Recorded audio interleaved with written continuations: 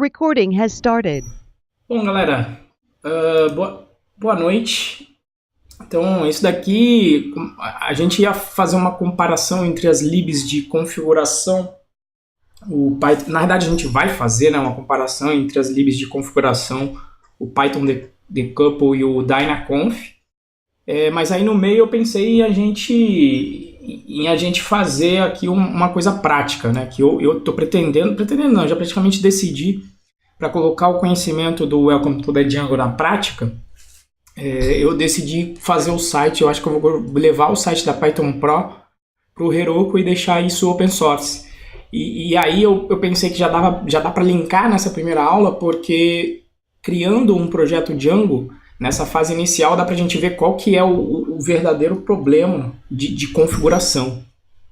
E aí a ideia, se der certo, se a turma participar também, e aí a gente vai gravando aí os vídeos, de repente de vendo aí problemas que acontecem no projeto real. Por quê? Porque hoje o site está no Google App Engine, do Python Pro, então vão ter vários desafios aí no meio, sabe? Tirar dado do App Engine não é fácil, então de repente a gente pode fazer umas discussões para resolver esse tipo de problema e ir criando issues, né, e ir melhorando o projeto, enfim, tocando o projeto no GitHub, né, então quem quiser participar, aí vai ser legal, depois você pode mandar até uns pull requests lá no site também, tá? Eu não fiz nada para isso, tá? Qual foi a minha preparação para isso aqui? Eu utilizei o Python Decouple durante o WTDD, eu já tinha ouvido o Henrique falar dele, tá? E o Dynaconf, o Bruno chegou a me mostrar a biblioteca uma vez lá no trabalho, porque a gente deveria estar utilizando lá também, porque a configuração lá é complicada. E eu cheguei a conversar com ele de por que ele criou o projeto. Então, saber a razão pelas quais ele criou. E aí eu vi que as duas mais ou menos eram parecidas, mas talvez uma seja um pouco mais complexa que a outra, com features a mais. E aí cabe na verdade, a gente fazer uma comparação do que a gente gosta mais, da diferença de abordagens também, que o Bruno chegou a me justificar algumas das decisões dele, né? Eu não cheguei a bater um papo com o Henrique para saber, apesar que o dele, o projeto é bem simples e eu acho que a gente chega lá, mas a razão das complexidades do Dynaconf, eu consegui bater um papo com o Bruno para ele falar, e eu cheguei a utilizar na verdade, todo mundo que foi no tutorial do Bruno, né, sobre Flask, na Python Brasil 13 desse ano, ele também utilizou o Dynaconf lá no projeto dele. Então é legal que a gente pega projetos open source que já estão utilizando a lib, quase a gente comece a apanhar aqui. E a ideia também foi essa, eu não quis estudar, primeiro que eu não estava com tempo mesmo, na verdade essa era uma das razões principais, eu estava sem tempo para fazer isso, mas eu acho legal também quando eu não estudo, porque aí vocês veem a merda acontecendo, entendeu? E como é que a gente vai corrigindo a merda acontece e você vai reagindo àquilo, né? Fica tranquilo, vai vendo a merda que acontece e vamos tentar corrigir, beleza? Esse é o mote. Então, para começar, porque às vezes é o seguinte, você vai dar aula, você se prepara, né? E aí quando você se prepara, você quando vai efetivamente dar aula, você não erra tanto, né? Então não é uma questão só de experiência, é a questão que você se preparou para aquilo, né? E aí o lado bom é que vocês não perdem tempo vendo o erro do professor, né? O lado ruim é que o nego acha que fudeu, como é que eu chego nesse ponto de não errar? Então, não é o ponto de não errar, né? Que o professor se preparou para ele não tomar o teu tempo errando na tua cara. Mas, às vezes, esse errar na tua cara é bacana para você aprender. E aí, quando dá merda, o que ele faz? Né? Acho que o Rafael chegou a ver isso, né? Que tava dando um problema aí, não tava conseguindo instalar o PyEnv no Ubuntu. Eu demorei um pouco para resolver aquilo, né? Dei uma olhada no tutorial. Então, é o processo normal de todo mundo. De falar, não, eu vou chegar lá e eu vou conseguir. Teve coisa ali que eu fiz que eu não sei a explicação, né? Eu apaguei depois a VM, tentei fazer de outro jeito e o meu roteiro inicial que eu achei que ia funcionar também não funcionou. Eu tive que desinstalar e instalar o Python uma vez lá para ele funcionar e eu não sei a razão até agora, né? Então, às vezes isso acontece. Tá? Tá até gravado, né? Tá até gravado o negócio dando ruim, né? Tá lá no curso. Se vocês entrarem, eu coloquei um curso uma videoaula só para instalação do Python no Ubuntu. Vocês vão ver que eu não cortei, eu não produzi nada daquele vídeo. Vocês vão ver a merda acontecendo lá e a gente tentando arrumar e chegando num ponto razoável que é de ter o Python funcionando, mas não na explicação de por que ele não funcionou antes. E às vezes você tem esse meio termo, né? Às vezes você resolve um problema, ainda não sabe direito o que está acontecendo por baixo dos panos. Às vezes é bom você tentar entender o que está acontecendo por baixo dos panos, né? Porque senão também ficar toda hora tentando tentativa e erro, não. Às vezes tenta dar uma entendida. Eu ainda não parei para entender o porquê que aquilo aconteceu no Ubuntu. Tá? Quando eu instalei o Python 6 ele não funcionou, aí eu só desinstalei e instalei de novo, a coisa funcionou, eu não tenho explicação ainda para aquilo. Bom, mas vamos parar de blá blá blá? Porque senão a gente vai gastar maior tempão para isso. Bom, já que a ideia é criar um website para o Python Pro, todo projeto que eu começo no GitHub. E eu acho que eu dei essa dica também pro Rafael, né? Cara, vai fazer qualquer coisa, começa no GitHub porque você vai criando um portfólio. Né? Se eu pegar ali, eu tenho código que eu testei para entrevista de emprego. Coloquei lá, abri um repositório Code Interview Training para deixar todo o meu código lá. E teve empresa que viu, foi lá e falou, até teve uma que eu fiz um processo seletivo, que eles falavam, eu vi teu repositório, tem lá um bando de código de entrevista e essa daqui vai ser mole para você, possivelmente, mas a gente tem que colocar a questão para você fazer. E aí a gente foi nessa pegada. Foi interessante ver que a turma olha, tá? O perfil no GitHub. Deixa eu só pegar a senha aqui.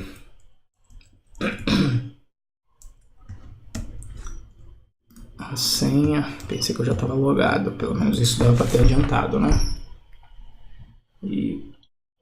Bom, já recomendo aí sempre, em todo lugar que você puder ter login com 2 passos, façam, que é a maneira menos insegura de você manter suas contas, tá? Reparando 371.915. Então eu mantenho aí porque perder acesso à minha conta do GitHub ia ser chatinho, tá? Bom, eu tenho uma organização aqui do Python Pro, tá? E aí eu vou criar o repositório aqui, então dentro da organização do Python Pro faz sentido, né? Vou criar aqui um repositório, eu vou chamar de Python Pro mesmo, vou colocar aqui uma descrição, website of source code of website. Ainda não é verdade completamente isso, vai estar rodando lá no App Engine, mas eu espero que não demore muito para isso acontecer, né? python.pro.br, vou deixar ele público, vou inicializar com um readme, que aí ele já coloca essa descrição aqui. Uma coisa que eu sempre faço, por isso que eu gosto de começar o projeto pelo GitHub, eu digo que o projeto é Python, e aí ele já vai criar um gitignore com um monte de coisa de Python. Por exemplo, arquivo env, pasta venv, ele já vai colocar um bando de coisa no gitignore pra gente. E a licença, eu tenho utilizado a GPL, que é que se alguém fizer uma melhoria nesse projeto, o código tem que ficar aberto. Tá? Então a galera fala que às vezes essa é restritiva. A menos restritiva seria a BSD, que o cara pode inclusive fechar o teu código, mas muita gente já se deu mal com isso, nego fazendo melhoria no projeto do cara e não mandando de volta, né? Então eu vou deixar aqui a GPL por conta disso. Mas vamos lá, criar o repositóriozinho. E uma coisa que é bacana, que, por exemplo, no WTDD, eu, diferente do Henrique, eu fiquei mexendo sempre por dentro do PyCharm. E eu utilizei o PyTest lá. Então, às vezes eu tinha que configurar isso, né? A do MIT, cara, eu usava do MIT, acho que eu já usei a do MIT. Tem que ver se ela obriga os outros a voltarem. Eu acho que essa das faculdades americanas, elas não obrigam você a voltar ao código. Então, se alguém quiser fechar, fazer o que quiser, né? E a BSD é tão livre que, inclusive no link quando a gente estava conversando sobre projeto open source lá no fórum do WTDD, o link que alguém mandou tinha o cara mencionando isso. Falou, pô, o projeto de um cara que colocou licença BSD e essa é a mais irrestrita que tem. Você pode fechar o código e você pode inclusive mudar a licença do código. Né? E aí alguém foi lá, forcou o projeto do cara, colocou a licença GPL e aí o projeto com a licença GPL começou a bombar. Mas por quê? Porque também quem é desenvolvedor vai falar, não, se eu vou contribuir com melhoria para esse projeto, eu vou contribuir no projeto que as outras pessoas que fizerem melhorias também são obrigadas a voltar com código, né? Para não ficar só uma via de mão única, onde o cara vai lá, fica fazendo melhoria, o outro só fica chupinhando melhoria e não volta as melhorias que ele fez pro projeto, né? Isso é meio, sei lá... Na verdade é uma questão de escolha, né? Hoje em dia, depois de meditar sobre isso, eu tenho colocado a GPL. Então, pô, se o website aqui colocar aberto do Python Pro, de repente você vai ter um site podendo fazer gestão de cursos, só instalando e pronto, nada mais justo do que as suas melhorias voltarem para o projeto. Beleza? Dá uma olhada na do MIT, eu não tenho certeza, River. Na da BSD é certeza. Eu acho que eu usava do MIT também antes. Depois eu posso dar uma olhada. Bom, eu vou copiar aqui o link, vou copiar como SSH porque eu tenho a chave, minha conta tem acesso, obviamente, a essa organização, óbvio, se eu criei aqui. E aí, no PyCharm, você pode clicar aqui no Checkout from Version Control.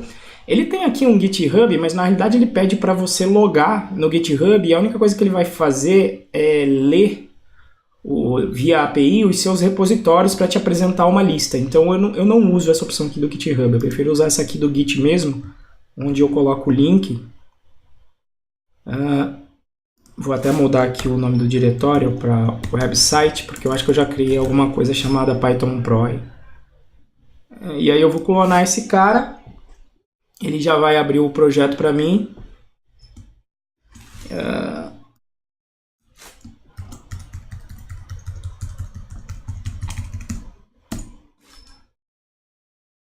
Então ele clonou o projeto, peço para ele abrir aí a pasta para mim.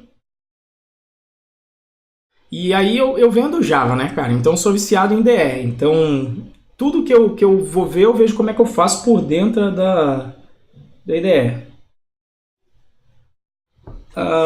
Não, né? Você diz a mesma da minha conta do GitHub? Não, a senha do SSH você cria na hora que você cria o seu conjunto de chaves, né? O SSH é baseado em criptografia assimétrica, então quando você gera lá os comandos, inclusive antigamente eu sabia de cor porque eu gerava isso toda hora, mas eu acho que você roda lá um comando SSH, keygen, é alguma coisa assim, né? Quando você está no console ele te dá autocomplete. Deixa eu aumentar aqui esse cara. Quando você diz o que você quer criar, né? SSH, keygen de key generation, né? E aí acho que você tem um "-trsa" para dizer o que você quer criar. Eu posso colocar o arquivo porque eu não quero que ele substitua. Então quando você entra aqui, esse tipo de coisa, ele fala lá, coloque uma senha. Então não tem nada a ver com a senha da sua conta.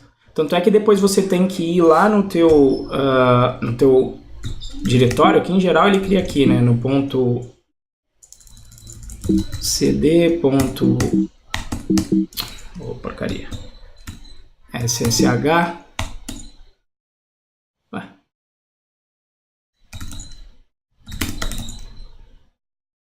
Não tá com ponto .ssh aqui, pô. Tá ali, ó. cd.ssh, é isso? Então, quando você cria esse cara, né, ele vai criar um par de chaves. Um que é o pub, que é a tua chave pública, né? Ou seja, e aí você tem um outro par que é a tua chave privada, que é essa daqui, ó. Isso daqui, para abrir, você tem a sua senha aqui. Então, depois você tem que configurar lá no GitHub. E não tem ementa isso aqui, né? Então eu posso, se vocês tiverem dúvidas sobre essa, vocês podem... Isso, exatamente. Você coloca a sua chave pública no GitHub. Então a senha de SSH é diferente dessa. E por que a gente usa do SSH? Porque você coloca a senha uma vez e aí ele vai sempre usar a tua chave privada aqui para dizer que você é você. Então, enquanto o meu computador está ligado, nunca mais eu preciso colocar a minha senha. Já se você utilizar o HTTPS, também vai ser seguro, mas como o protocolo HTTP não tem estado, né? Aliás, o SSH ali no caso também não precisa fazer a conexão e desliga, mas a senha fica na tua máquina. Aqui não, com o HTTPS, toda vez que você for fazer alguma tarefa, você vai ter que colocar de novo o login e senha. E aí sim, esse é o da sua conta. Tá? Agora você vem aqui em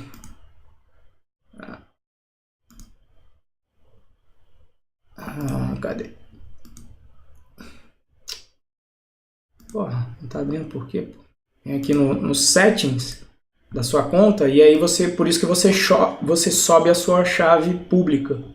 Aqui você pode ter várias, né? Porque às vezes você quer que um computador seu acesse só determinados repositórios. Por exemplo, eu tenho uma chave SSH do meu computador do trabalho, que acessa coisas do trabalho. Então você sabe inclusive de qual é o computador.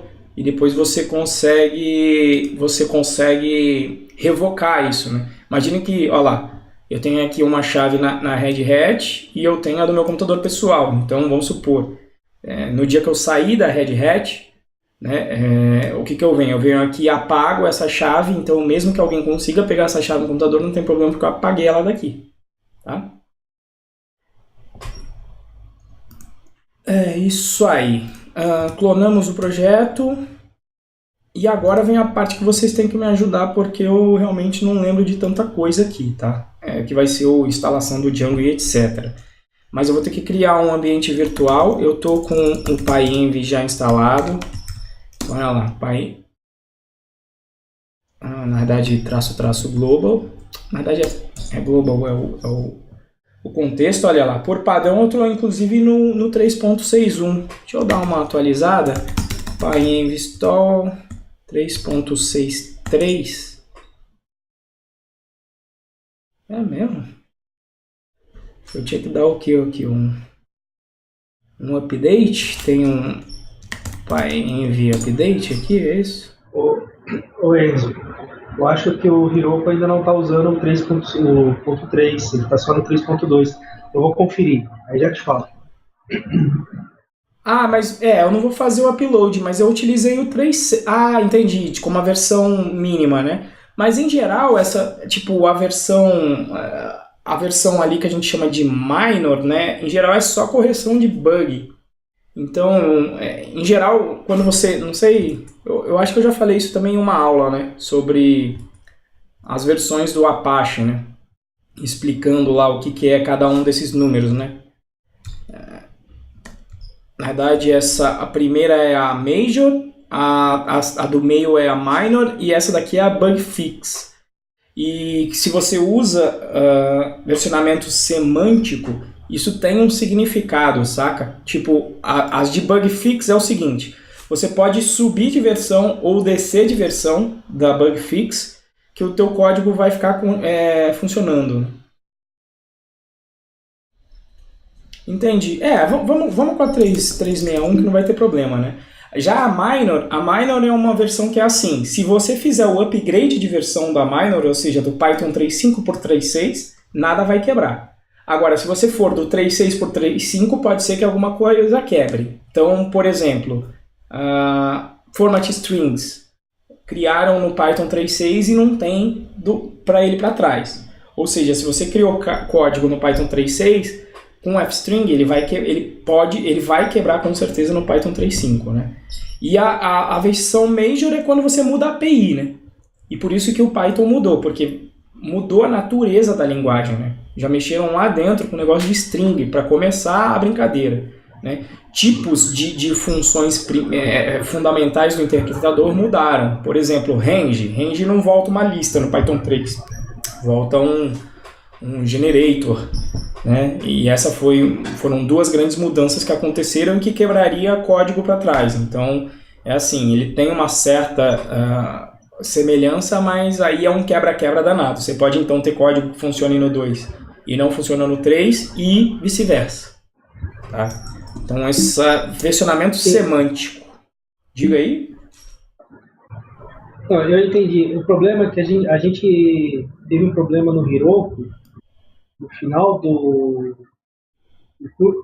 acho que do final do curso da minha turma da TTD, é que aí a gente descobriu que o Heroku mantém duas versões do Python só. A Saquei. mais recente, e que não é RC, né, que é Release Candidate, né, e a 2.7 alguma coisa, não lembro qual agora. Então, por exemplo, os vídeos do Henrique, todos estão em 3.5.2, se não me engano. Né? Sim. E aí a gente começou a ter problema, foi verificar, ter problema para colocar no Heroku, e é porque ele não estava aceitando a versão do Python. Do Entendeu? Python. Ele não tem a outra versão, ele tem a versão X lá, vamos dizer, 3. Ele está dizendo aqui só 3.6, mas eu estou tentando achar porque a gente teve problema com o finalzinho dela também. Saquei. Mas eu achando, eu falo alguma coisa. Beleza. Se eu achar alguma coisa, eu comento. Então. Durante o curso eu utilizei a 3.6 e não deu ruim, não. Eu acho que...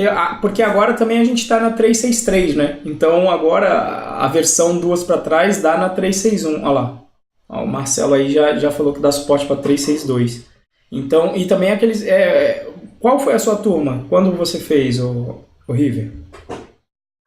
Eu fiz agora na Thompson. Na mesma que a minha, então. Última antes agora. Pra mim não deu nada de ruim. Não sei o que foi, não vi o que pegou lá. Eu utilizei o 3... Essa que tá aqui, a 3.6.1. Né? E não sei se de repente você tinha instalado ainda uma mais recente na época. Então, eu não lembro exato como é que foi o rolo. Eu sei que, de fato, e aí o link que o Marcelo colocou aí, de fato, ele está dando suporte para 3.6.2 e para 2.7.14. Né? Então, se a gente tentar usar 3.6, mesmo que tente usar 3.6.1, não vai rolar. Ele trava, entendeu? Porque na hora que ele vai buscar, ele vê que a versão não é a que ele tem. Aí, não é porque tem problema de compatibilidade de versões. É o Heroku que trava, esse é o problema. Entendi, ele já não deixa aí. Mas é porque se você instalar o seu ambiente aqui, né, a priori o Heroku não vai ver o que você está rodando no teu Venv. Mas sim, pode dar merda nesse sentido, de você utilizou uma coisa no 6.3 aqui que de repente dá merda lá no 3.6.2. Então é uma coisa para ficar esperto mesmo. Deixa eu ver se eu mandar um update aqui, se ele vem. Aliás, deixa até rodando aqui enquanto a gente vai fazendo outras coisas. Opa, não copiei não?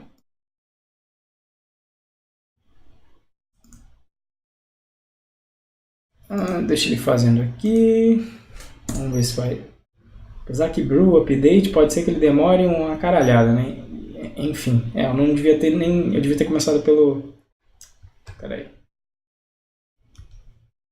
Deixa eu começar pelo de fora aqui mesmo, que não ficou com aquele ali travado. Deixa ele fazendo update aí, depois a gente volta. Vamos criar, não tem problema, vamos criar então com 3.6.1 mesmo. Bom, o Python padrão aqui está sendo 3.6, então eu vou criar um virtual env, python-m venv. Eu vou criar na pastinha venv.venv.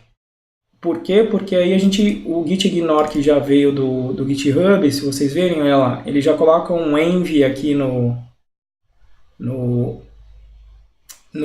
gitignore, né, para ignorar, e se eu não me engano ele já coloca um venv aqui também. Cadê? Flask, cada vez ele está colocando, olha lá, .env, .venv, venv, pasta env, tudo que tiver aqui ó, com coisa relacionada ao virtual env ele já coloca no gitignore.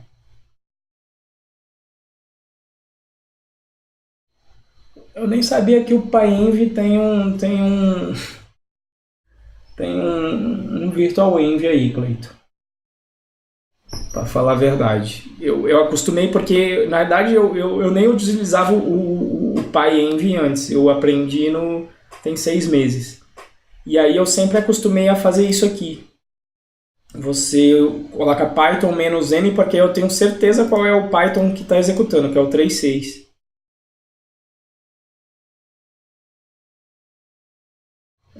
Não sei, eu uso sempre desse jeito porque eu tenho certeza de onde ele está vindo. né? Porque quando você usa PyEnv e VirtualEnv, qual é o Python? E se você quiser criar com Python 2? Esse é o meu ponto. Saca? Ó, Python 2. Esse cara aqui, ele vai utilizar o Python 2. E se eu quiser criar então um VirtualEnv com esse cara, eu vou fazer aqui fora, só para não... Se você quiser criar um com Python 2, eu faço assim, né? Python 2 -m virtualenv, que foi, eu instalei com pip ainda nesse cara aqui, virtualenv venv. E aí eu tenho certeza quem que ele está utilizando, olha. Tanto é que a mensagem no Python 2 é diferente, ó. Ele rola essas mensagens aqui, enquanto no Python 3 ele não dá mensagem nenhuma quando você cria. Enfim, questão de gosto.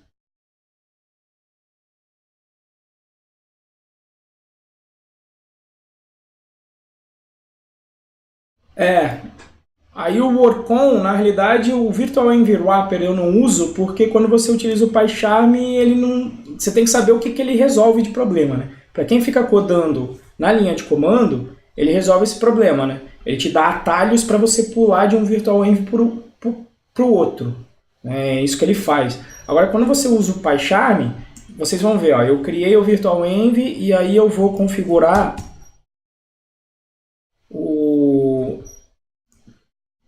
é uma merda quando tá gravando tudo, aí fica um pouco lento.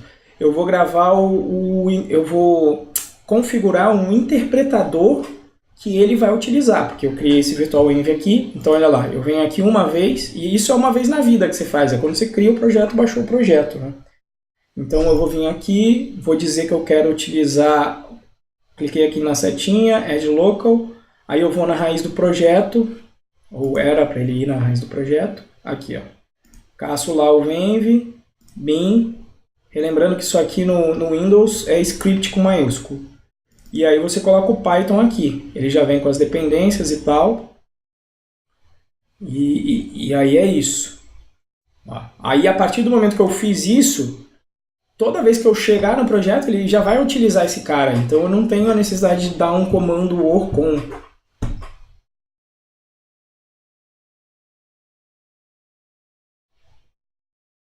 Ele tem também uma criação direta via PyCharm aí, mas eu também, como eu dou aula para a galera, eu fico fazendo via linha de comando para eu não esquecer.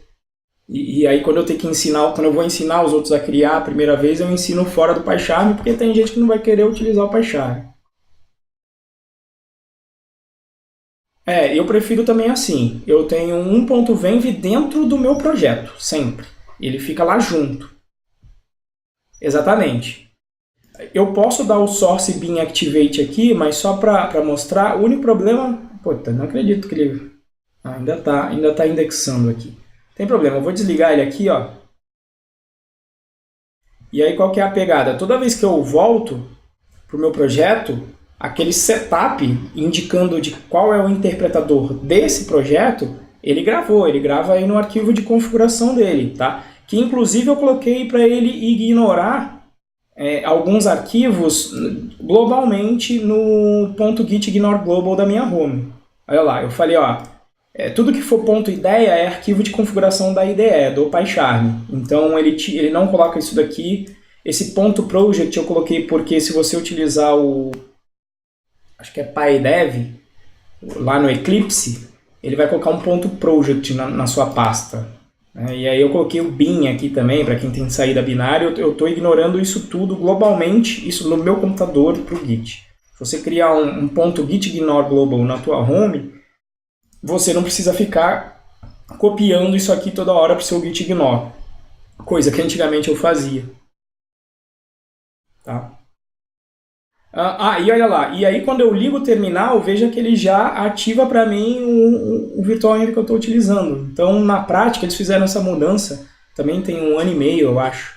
Então, na prática, eu acabo não precisando do VirtualEnv Wrapper. Tá? Então, a ideia é você saber qual é o problema que o framework resolve, no caso eu sei o que o VirtualEnv Wrapper resolve, mas para o meu contexto eu não tenho esse problema, porque o PyCharm já resolve para mim. Não tem jeito. Isso aí cada um vai ser de cada um, né? Eu já acostumei com os atalhos do PyCharm, etc.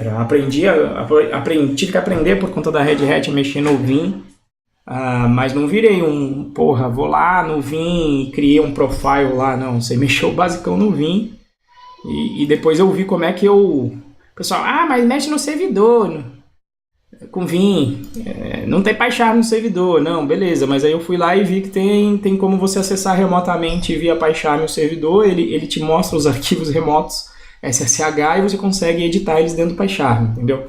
Só questão de procurar como você faz aquela tarefa na ferramenta que você usa.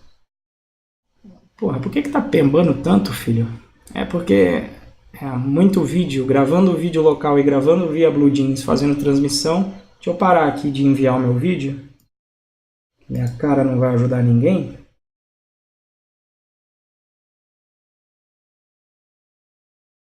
Uma de projetos e...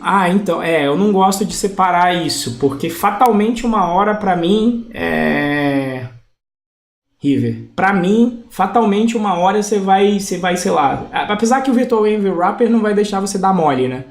Com o Virtual Env, mas eu gosto que o Venv esteja aqui pertinho para eu poder investigar, para eu poder ver o que tem dentro, inclusive. Eu não costumo ver, mas enfim, eu gosto dele pertinho. Até porque na aula de App Engine, quando você chegar lá, você vai ver que eu preciso investigar essa parte do Virtual Env lá.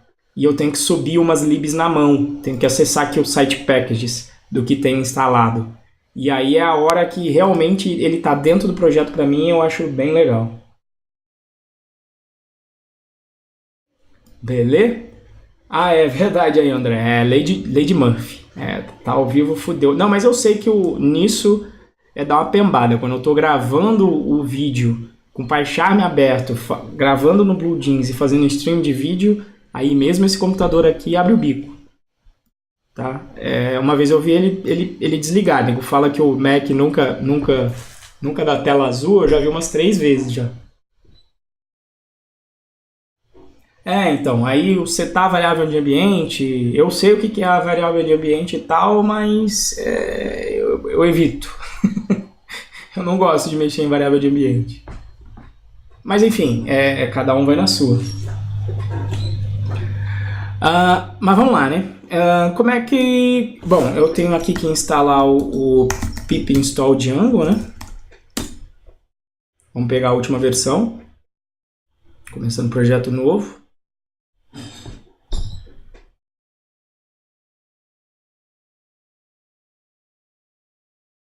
Eu já tinha, acho que muita coisa aqui instalada, das dependências do Django, e aí eu já vou criar o requirements aqui, tá? Pra gente ir fazendo bem passo a passo. Pip freeze, joga lá no meu arquivo de requirements.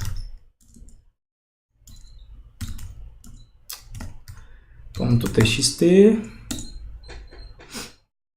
Beleza. Eu gosto também da integração do Git aqui do PyCharm, que já vai adicionando as coisas, principalmente quem veio de SVN não está acostumado a ficar fazendo...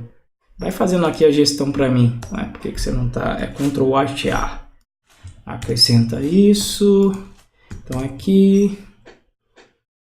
E isso aqui é uma coisa que eu discuti uma vez também com o pessoal, acho que foi até com o Thiago, tá? Mensagem de commit. Em geral, coloque coisas no passado, porque quem vai ler o histórico, as coisas já aconteceram no commit. E pense que se você quisesse fazer um release notes com essas mensagens de commit, é o ideal, só com a primeira linha. Então, na primeira linha, você coloca aqui o que está pegando, o que você está fazendo, né? E às vezes, só para emular aqui um projeto open source, você pode fazer o controle do que você está fazendo aqui, né? Sei lá, install, vou fazer o processo que eu costumo fazer, até sozinho eu faço isso, tá? Install Django and create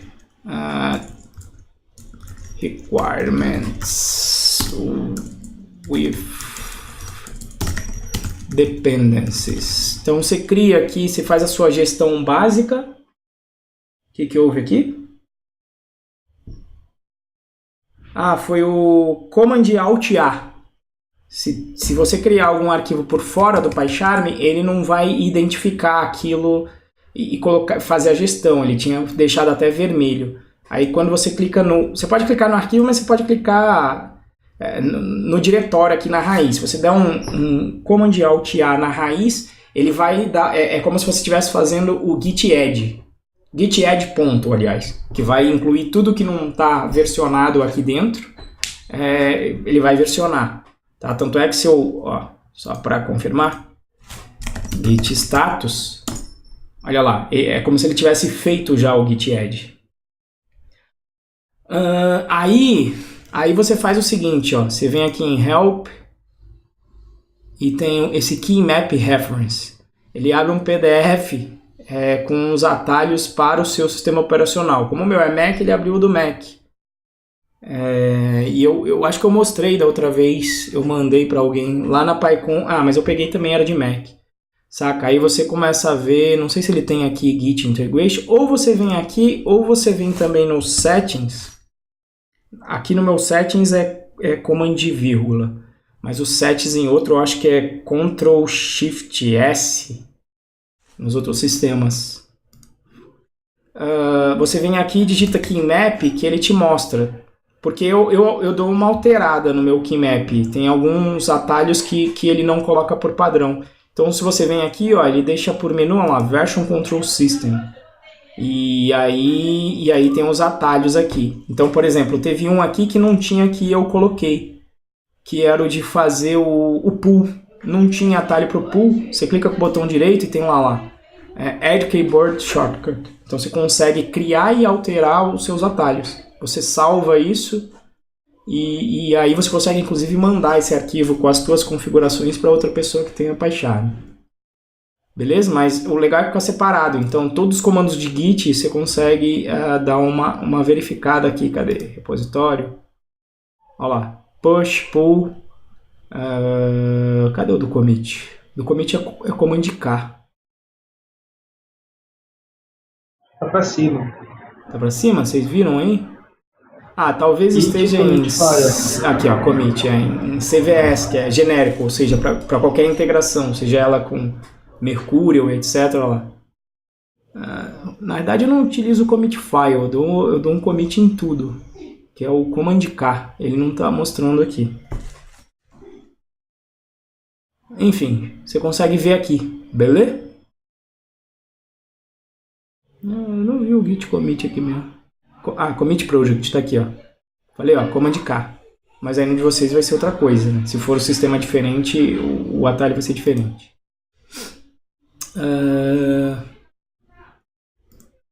Ctrl K então para comitar. Included ou created requirements .txt with Django dependencies. E aí você pode dar um close aqui, né, com o número da pendência. Você criou no GitHub, que aí ele já fecha e já faz o link para o teu commit. Então, eu mantenho uma certa rastreabilidade digamos, de requisito que eu mantenho no GitHub para o código que é gerado. Então, vou dar aqui um commit and push.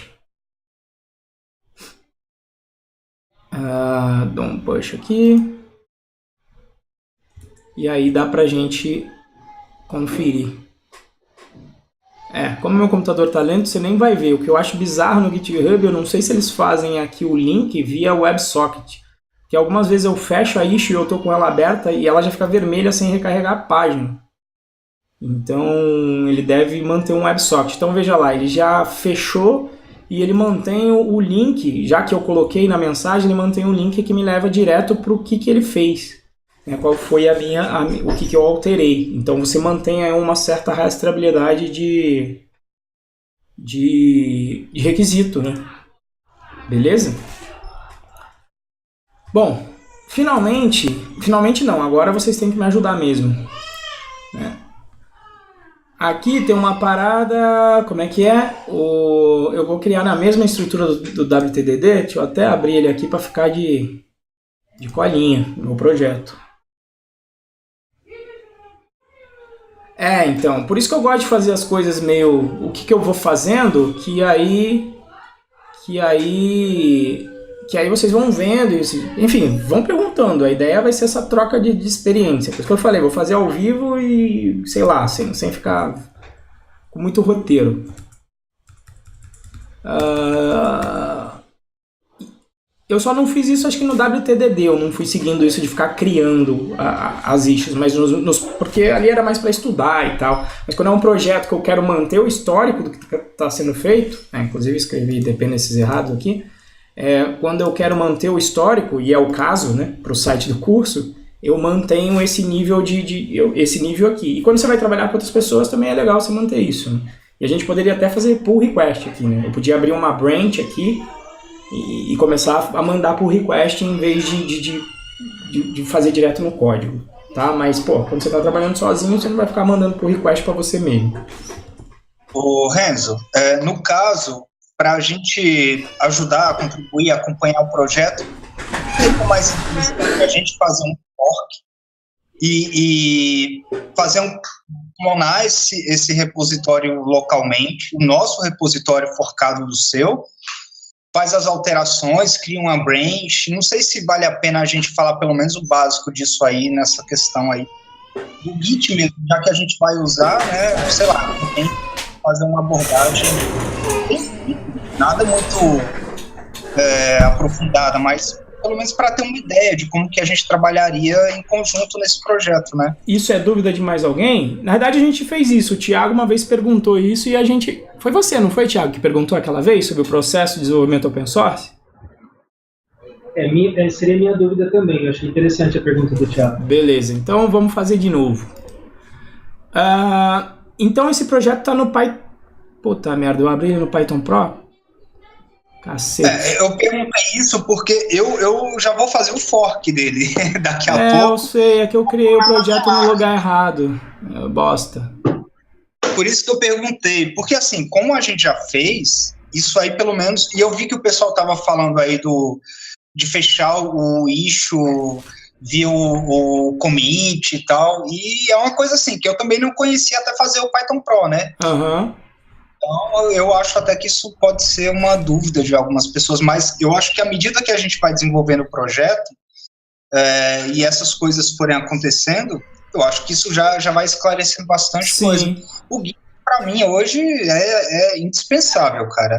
Sem condições de trabalhar com controle de versão, alguma coisa assim, não tem como.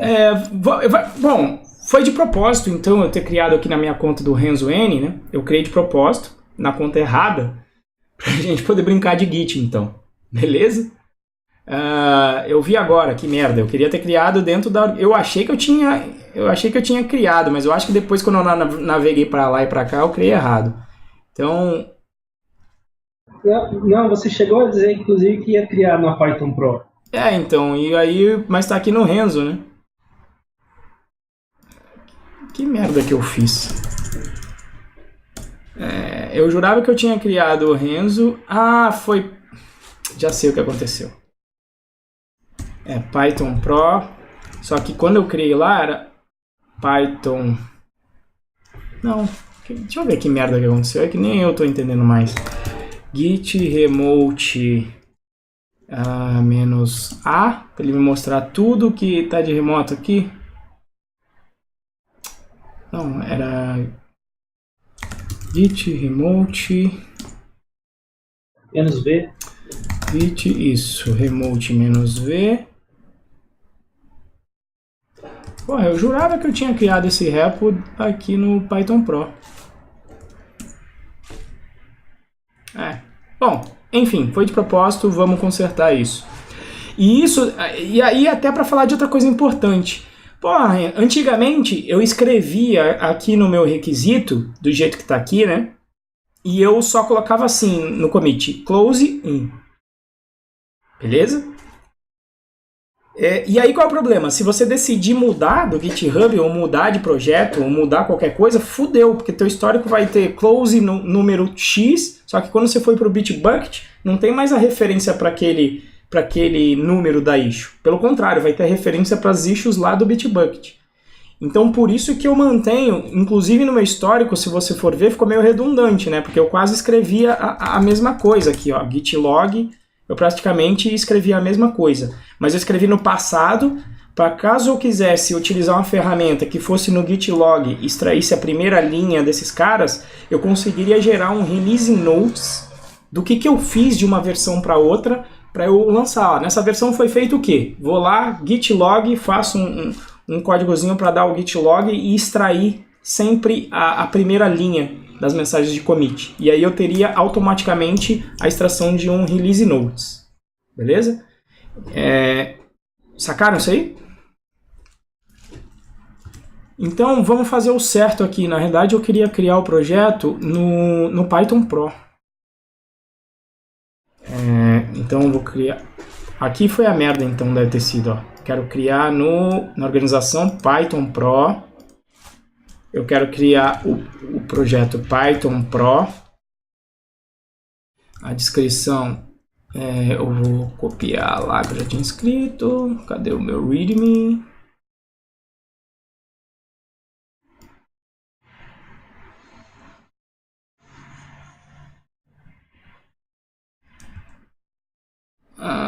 Ok.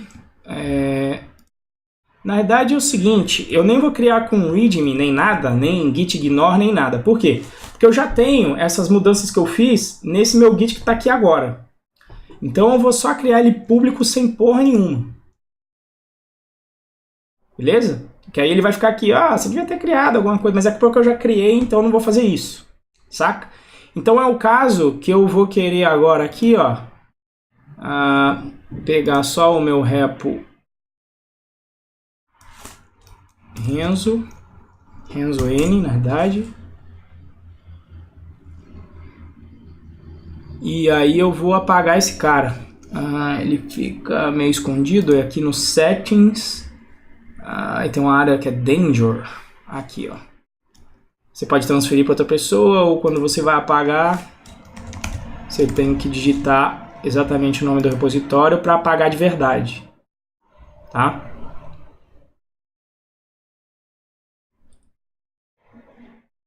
E aí, o que você vai ter que fazer então para... É bom que a gente emula, né? Na realidade, então, as issues, elas seriam criadas no Python Pro br/Python Pro.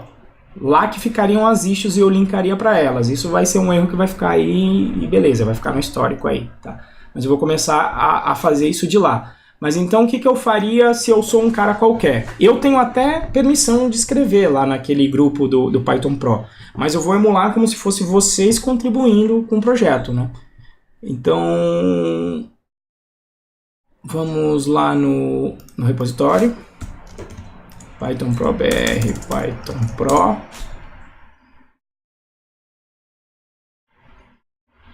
Por que eu não posso dar fork nisso aqui? É um mistério para mim.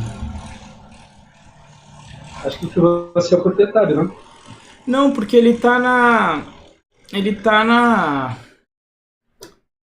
organização, sim. Então a priori eu posso fazer, eu poderia fazer um fork. Só para desencargo. Tem projeto aqui que, tipo, o Luciano criou. Think Python, 500 lines, isso aqui não é meu. Olha lá, eu tenho um fork aqui nesse cara. Será que ele ainda não sacou que eu apaguei o meu repo? Porque às vezes ele não gosta quando eu não... Pô, agora eu fiquei bolado. Apesar que é um fork, né? Deixa eu pegar um que foi... eu mesmo criei do GintImp, vamos ver. Olha lá, ele deixa eu criar um fork de um repo que eu mesmo criei.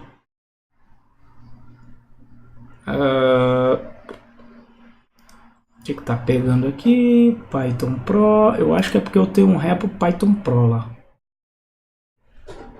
Eu vou criar outro então, vou chamar de Python Pro Website. É bom porque fica mais explícito.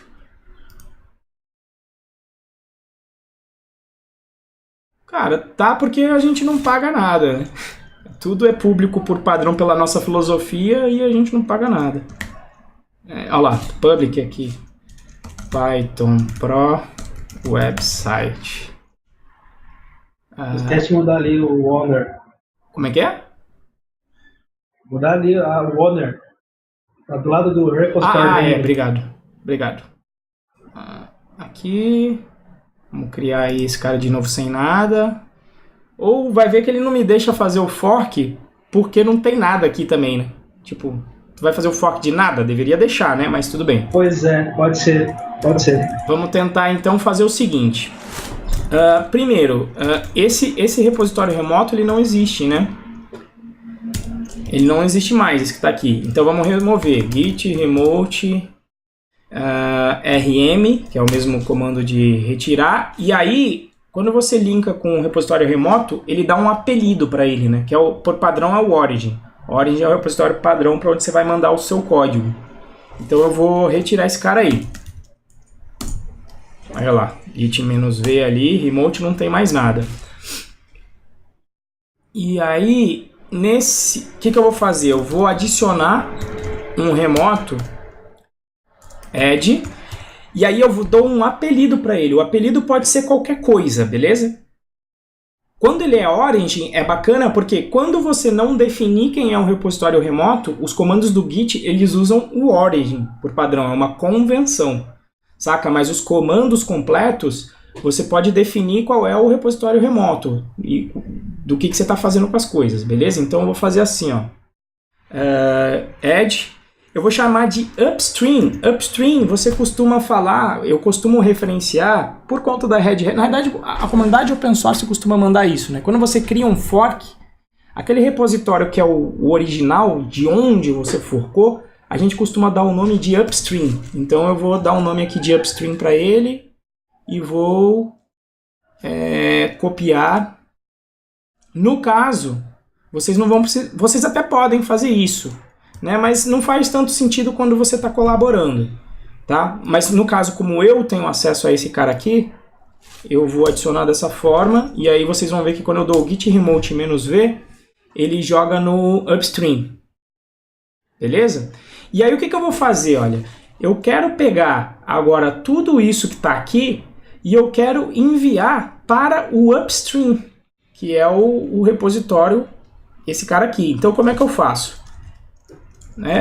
Git status não tem nada, tá tudo aqui do mesmo jeito que estava antes, e eu tenho histórico, porque eu apaguei o meu repositório remoto, que a gente tinha criado, mas eu não apaguei o local. E aí por isso que ele continua aqui. Então o que eu vou fazer? Git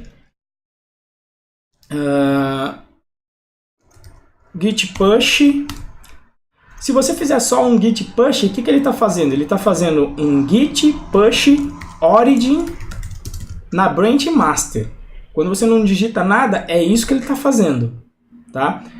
Só que aqui não é o caso, porque eu não quero mandar para origin. Eu quero mandar para o repositório remoto que eu apelidei de upstream agora. Vamos tentar fazer isso e ver se funciona. Eu não sei porque o Mac ele passou a pedir a porcaria da senha da chave em todo momento. Depois que ele fez um upload. O Linux está fazendo isso também. Aqui na minha máquina acontece a mesma coisa. Virou.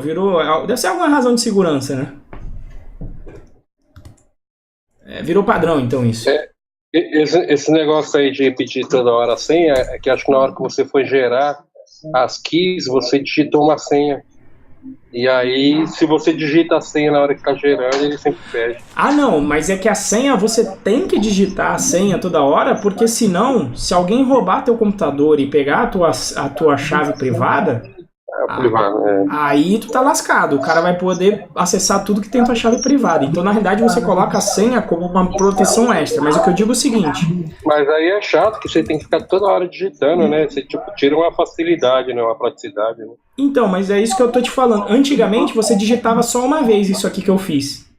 E aí você nunca mais digitava porque ele guardava na memória enquanto o seu computador tá ligado. Entendi. Sacou? Por isso que é mais prático do que o HTTPS. E o PyCharm funciona assim. Se eu digitei uma vez aqui no PyCharm, vocês não vão me ver mais fazendo isso. Tá? Então veja que esse pool que eu fiz, olha lá, já deixou o meu repositório do jeito que eu queria. Certo? No Python Pro, com aquele histórico, inclusive, de commits. A única merda que vai ficar aqui, digamos, desconectada é que eu meti um close 1. E veja que ele, como eu nem tenho a issue 1 ainda, ele não vai linkar. E quando eu criar a primeira, possivelmente ele vai colocar um link aqui para a issue errada. Se eu criar uma issue. Apesar que até para consertar isso, como aqui só tem uma, de repente a gente pode tentar criar com o mesmo nome. Initial Project Creation. Create dependencies to Django. Vamos ver se ele vai... Eu acho que ele só vai pegar pelo número mesmo. Ele não vai ser... O ruim é que ele não colocou aqui no histórico, igual eu tinha feito aquela hora, e talvez ele não vá criar um link aqui nos meus commits. Eu não sei porque eu nunca fiz isso. Deixa eu ver aqui. Olha, ele é inteligente para não criar. É sinistro. O GitHub é sinistro. Então veja que ele nem criou o link. Porque ele sabe que isso aqui não aconteceu aqui, né? Então a partir de agora ele vai. Tá? Bom, mas aí você tá lá e você quer contribuir com o projeto. E veja aí que a possibilidade de o repositório tá vazio, eu não consigo fazer fork, validei aqui. Então eu vou fazer o fork. O que é o fork então? Eu estou criando outro repositório remoto a partir desse cara aqui. E eu vou criar na minha conta pessoal. Renzo N. E é aqui que eu vou mandar as minhas pendências todas. Vai ser sempre no meu remoto. Por quê? Porque no meu eu tenho licença de escrever. Lá do Python Pro, em particular, eu, Renzo, tenho, mas vocês não têm. Então, como é que vocês vão contribuir? Você faz uma cópia e aí você sempre vai escrever baseado nesse aqui.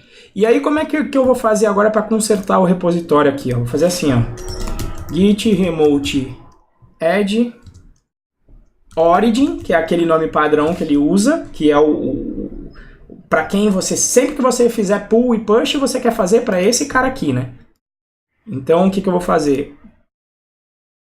Que porcaria aconteceu aqui?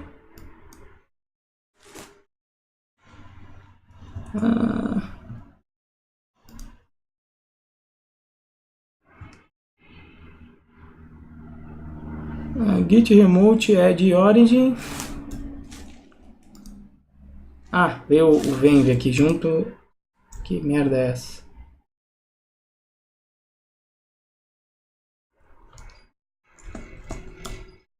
Eu copiei o comando inteiro, não entendi nada.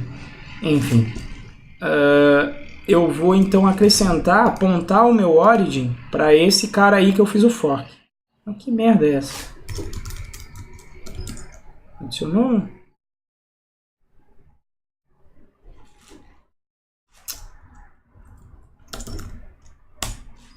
Não. Git remote add origin. Eu quero colar isso aqui no final.